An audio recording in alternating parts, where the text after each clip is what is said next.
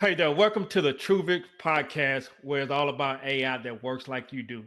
We talk with movers and shakers in property management about what's changing, what owners really care about, and how to make your workday smoother. Just honest, inspiring conversations to help you stay ahead and keep growing. Now, on today's episode of the Truvix Podcast, meet Dan Borland, the powerhouse behind Keyrenter, Newport Beach Property Management. Now, after 30 years leading commercial real estate financing at major banks, Dan traded the corporate suit for the front lines of property management. Now he's helping Orange County property owners turn headaches into high-performing assets fast. And today we're digging into a big one, the hidden costs of inefficient maintenance in property management and how it's quietly draining profits for property owners everywhere and much more. Now, Dan's motto: there's no better property manager than an owner, and he's proof. Let's get into it. All right. Dan, thank you for coming on the podcast. Can you share a little bit more about your role and how it fits into the bigger picture at Keyrenter Newport Beach? Yeah, great. First of all, great to be here, Marcus. Thank you again for that great introduction, and it's great to be with you. And I am very much a proud owner of our franchise called Keyrenter Newport Beach Property Management here in Orange County, California. And I am one of 70 plus franchisees in the Keyrenter system across the country. And I'm one of the newer ones. I'm one of 6 here in California. And I joined and opened my doors earlier this year. And I'm excited about ramping up the business and taking my skills in ownership privately that I've owned in apartments and single family homes, and running a business and providing service to other owners. All right, good deal. Now, let me ask you a question. What does a typical day look like for you? Well, because I'm, again, new and ramping up, it means everything. It could be, I'm the solopreneur. I do have, assistants that help me, but one day is going to be business development, or the first few hours is business development. One could be, it could go immediately into a maintenance issue. It could go into an accounting issue. It's any moment. It could be whatever it is. And I have to go and be very careful about my calendar, protect my calendar, and really chunk it out so that you have, that you look at your 8-hour to 10-hour day and make sure that you're accomplishing everything. But it's run one thing to the next, and whatever is on deck. But I will tell you that the owners matter. That's who their clients are. And secondarily, and just as important, are the tenants as well, the residents of these homes. Okay, so it sounds like you're a busy person. So because you have to do it all. Yes. Solopreneur right now. Yeah. Okay. All right, and eventually you're gonna want to grow that, correct? Well, what I'd like to do is, you in these kinds of businesses, what you really want to do is you want to run them. My background is management of people, delegating, finding the great skill sets. And in this business, you're going to have somebody that's a maintenance person, somebody that's property management and leasing and sales. And then you've got your accounting side. And eventually this business will be big enough that it'll have people running all of that, and I'll be delegating to them and executively managing and coaching and mentoring them. Okay. All right. So how did Keyrenter find you? Because I know it's a franchise, correct? Yeah. They discovered me. They have these brand development folks that scour.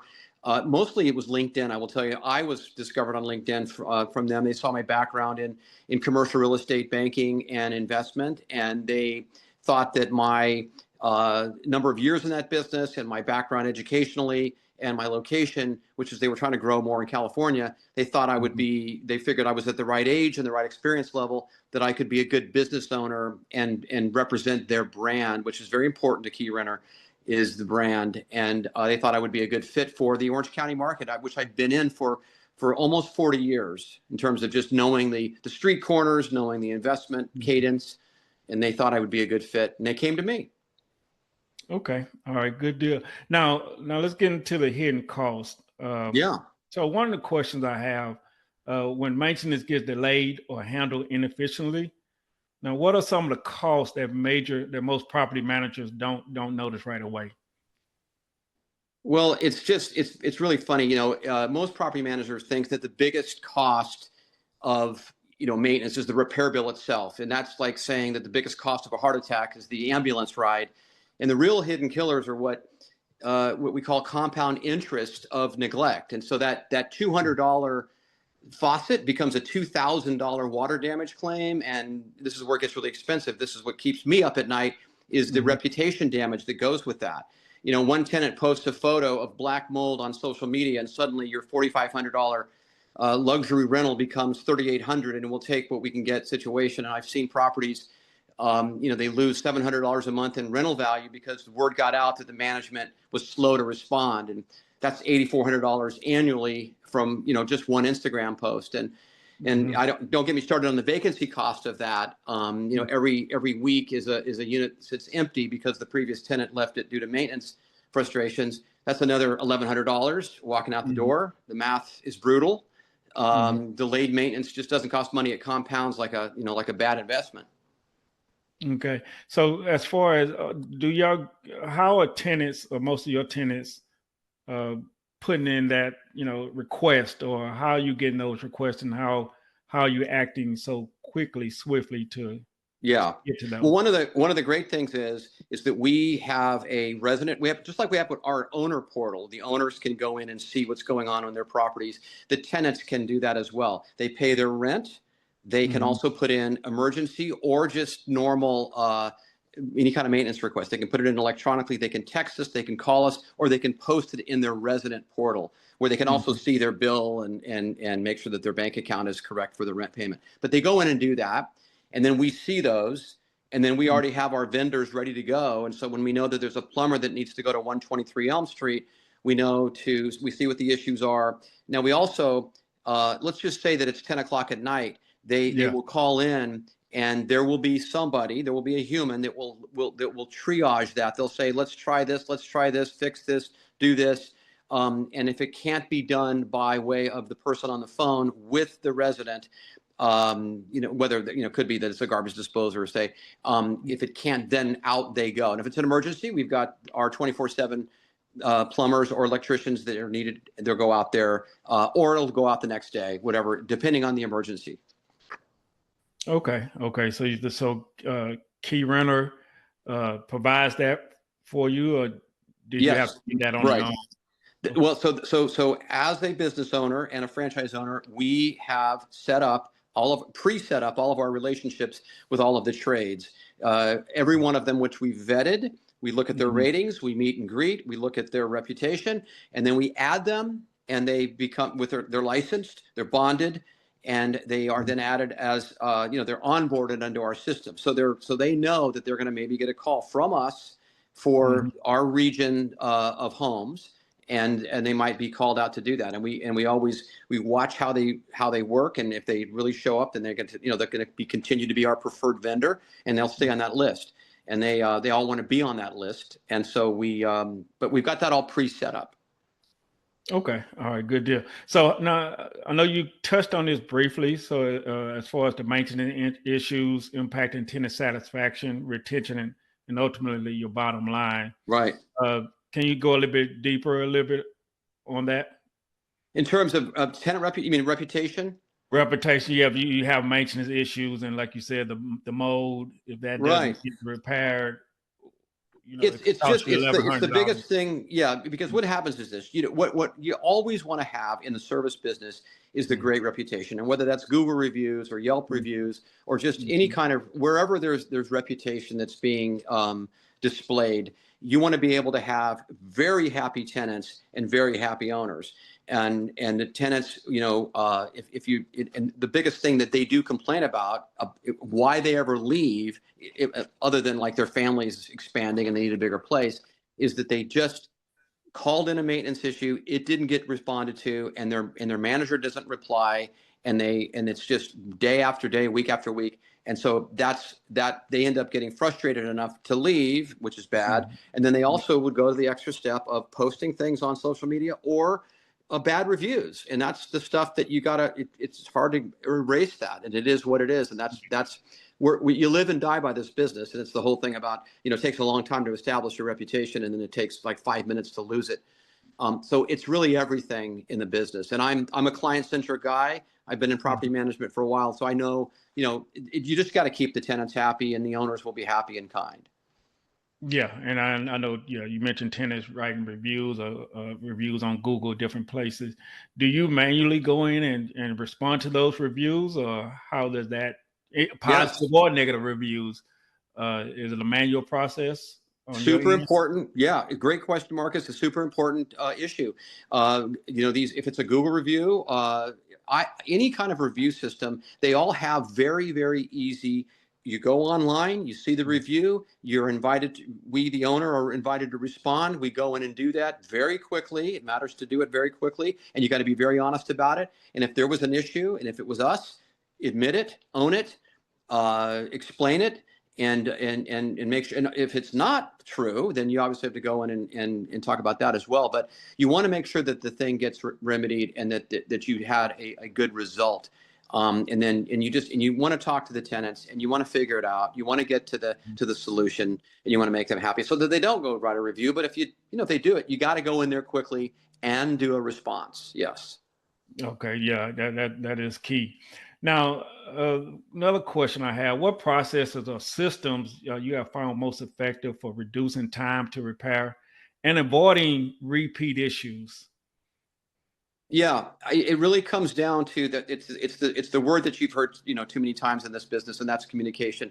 Mhm. It's speed of response. And so we use we have some AI technology that are chat bots, which you can go in and you can have sort of immediate chat answers. If you want to go in, you can be a resident and do that.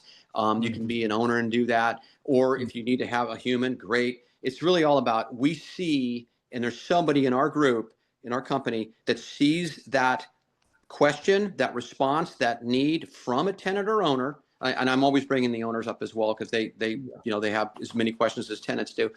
And then we're right on it. So we have software that is on our phones, it's on our iPads, it's on our laptops. We're getting notifications. So we're online, real time, all the time, hearing about it, seeing it, getting the messages, and then you got to respond. And that's, so it's really the electronic devices, and then the software that supports this business. And there's a lot of amazing companies that we have our primary operating software, and then we've got all these other companies that come in and assist us with their great technology and their systems, which are great. And I would tell you that 5 or 10 years ago, Marcus, these companies didn't exist, these technologies didn't exist, but today they do, and it's just getting better. And AI does have a part in that. It's pretty amazing. Okay, so you guys have picked up the AI. That's one of the core trends is automations and AI. And Right. it seems like AI is here to stay. I mean, Right, and the AI that you can embed automation into the software, and it does a lot of repeat transactions and things that are just this. Look, property management's actually technically very easy in terms of the steps of tenant screening and Mhm. maintenance and rent collection and all of that, move-ins, move-outs, and so much of that is repetitive. Well, you can really automate a lot of these processes and let these systems do their thing and notify tenants. And they're constantly getting notified. They're getting texts, they're getting emails, they're getting all of these messages, so they know that their manager that's managing their property is on it, and that we got it. Okay, yeah, AI is here to stay. Very Uh, much. One of the other questions I have, if you could wave a magic wand and fix one thing about how maintenance is handled in Yeah. property management, Right. what would it be and why? Well, I would tell you that that one of the things, if we could wave that magic wand, every property manager, they realize that that maintenance is not a cost center; it's a profit center disguised as an expense. And here's what I mean. Most managers, let's say that we see a $500 HVAC repair, and we go, oh, there goes $500. But what if I Mhm. told you that $500 repair just prevented a $3,000 system replacement, and it avoided a negative review that could cost $8,000, like I was mentioning, Mhm. in lost rental income, and it kept a quality tenant that would have been paying you $56,000 the forthcoming year. It just, all of that would be in jeopardy, and that just generated that little $500 expense, that little preventative maintenance expense, Mhm. just sort of generated $60,000 in value, and that's the mindset shift that that we've created here, and that's what matters. And practically speaking, I didn't implement kind of a universal maintenance transparency, which is every property owner gets real-time updates. The issues reported at 2:17 p.m. The contractor is dispatched, on or before a half hour later, call it 2:45. Estimated completion 4:30. No more mystery, no more phone tag, no more I'll get back to you. That's what it is. And the transparency builds trust. Trust reduces anxiety, which, by the way, owners get anxiety. So do the tenants, but the owners really do. And it means the owners don't have to micromanage or jump ship to a competitive property management company. Plus, the tenants feel that they're heard and they're valued, and when they see the immediate action. And the magic isn't in the wand, it's treating the maintenance like a relationship building, value protecting, profit generating activity that it really is. And when you get that right, everything else just falls into place. And that's the way we view it. Okay. And I love the way you not only focus on the tenant side, but you focus on the ownership side, because it is a two-way. It really is. Street, and so the owner matters, just like you said earlier, the owners matter just as much as the tenant. So I like that, the way you think as a property management company and a property manager. So I want to shift a little bit. I know we had a conversation yesterday. One of the things that you mentioned, and it resonated with me and stuck with me, as far as a couple of success stories that you talked about. Can you share those with me? Well, I'll share. I've got a couple. One, we had some out of area investors. They were, these are successful, sophisticated. It's a husband and wife investment group, and they were from Northern California. They wanted to begin investing and understanding Southern California, particularly Orange County. They were attracted to buying rental properties in Orange County. So they came to market. They had a realtor who's a friend of mine find them a very nice home in Orange County here. Really nice 3-bedroom, 3-bath place in a good neighborhood for their, it was a kind of a family neighborhood. And so they bought this house, and I was immediately engaged and referred to for the property management business. And I went and met them, and we had a story where they literally, I was aware of this house closing escrow. We got right into action, started doing market analysis reports, looking at the rents, looking at the market. And we started to communicate, okay, this is the kind of rent you're going to be able to get for this house. This is what the vacancy looks like in this market. This is how quick it can get rented. So we went ahead and we got great photographs. We got it listed. We started showing it. And this home went from, it was leased, inside of a week, and was income producing, in as much time as soon as we had that tenant moved in. So these, it was really, I guess I'd say, from the day I met them to the day it was an income producing property, it was a 21-day total period of time. We had to do a little bit of prep for the house, get it. A couple things we needed to make sure that it was totally scrubbed clean. Had to buy a refrigerator and add that. But, we did all of these things, help the owner get it ready and make it look its best, which then, led to the great photography. And then we did the live listings, which is another important thing. We don't do self showings. We do live listings.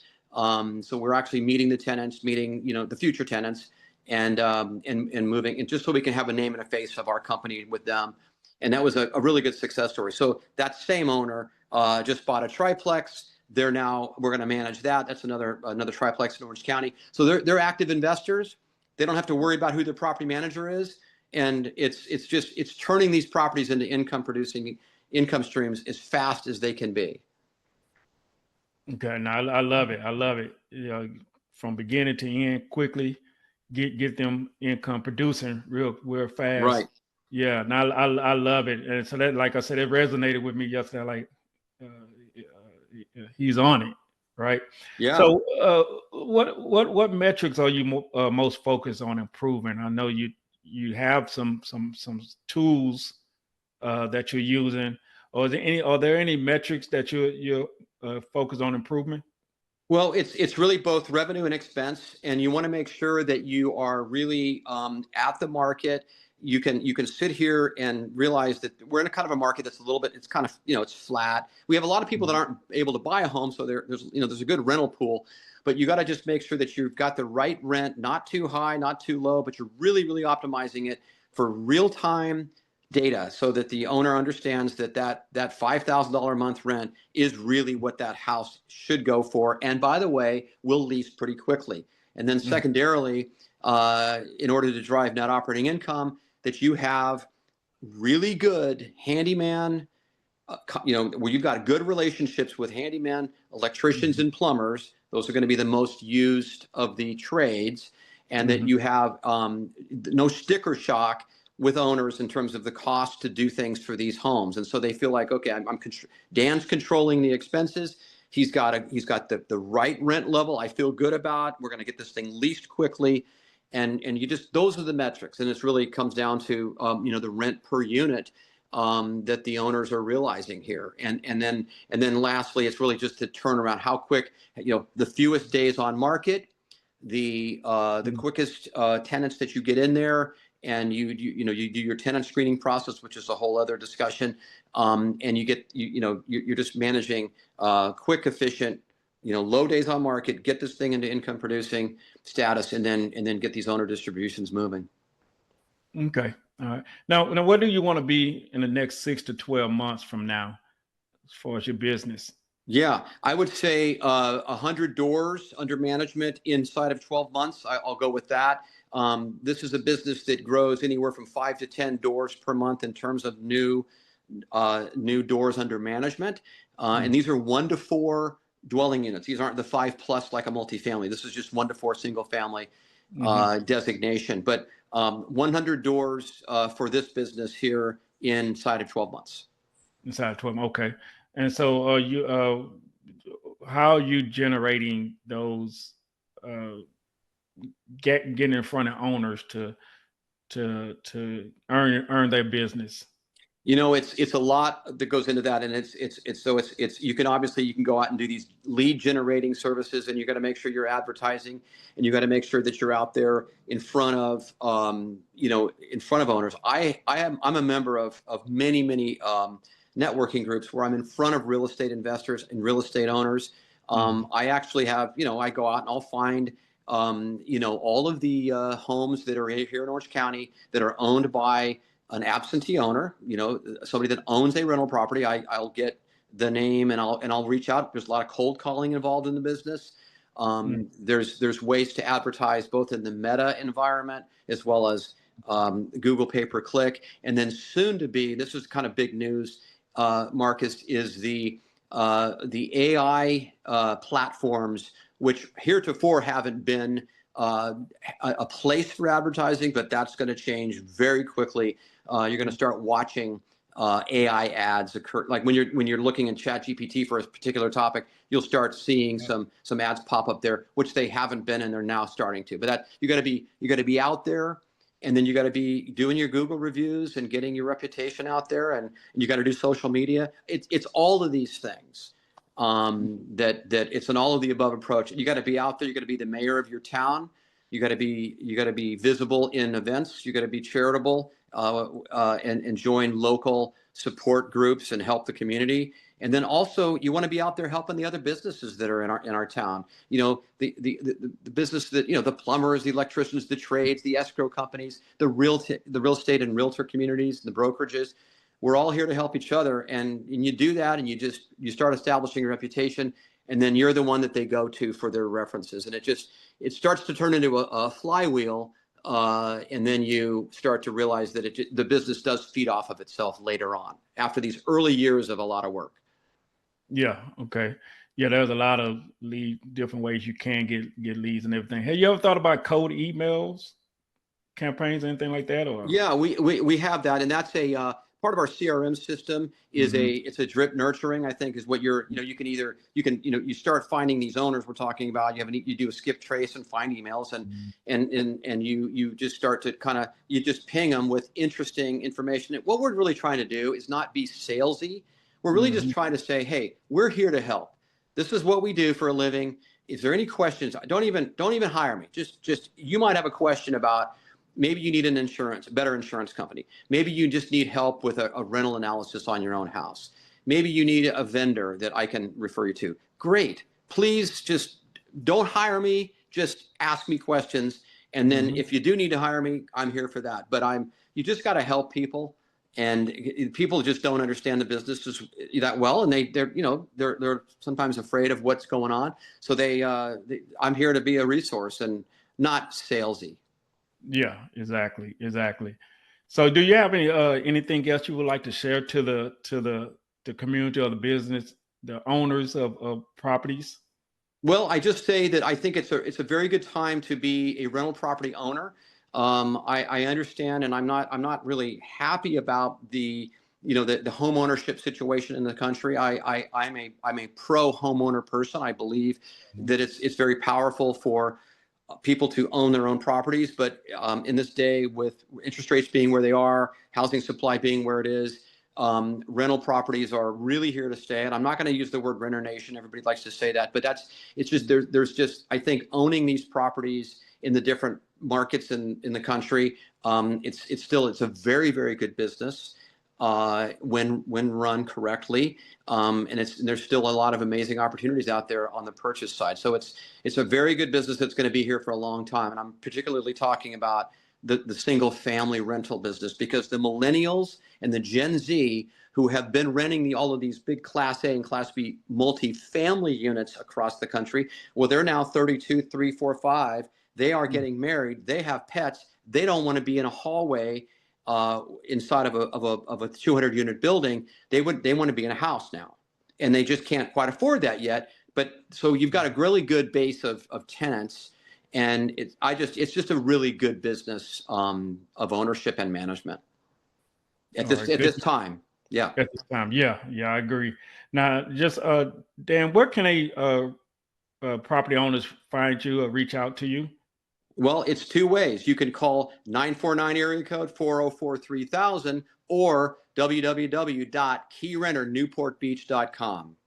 All right, good, Dan. And then I'll also add that to the description. Just want to thank. That's a wrap for today's episode at the Truvix Podcast. If you like what you heard, hit the follow and never miss a conversation. And tell someone in property management who can use these insights.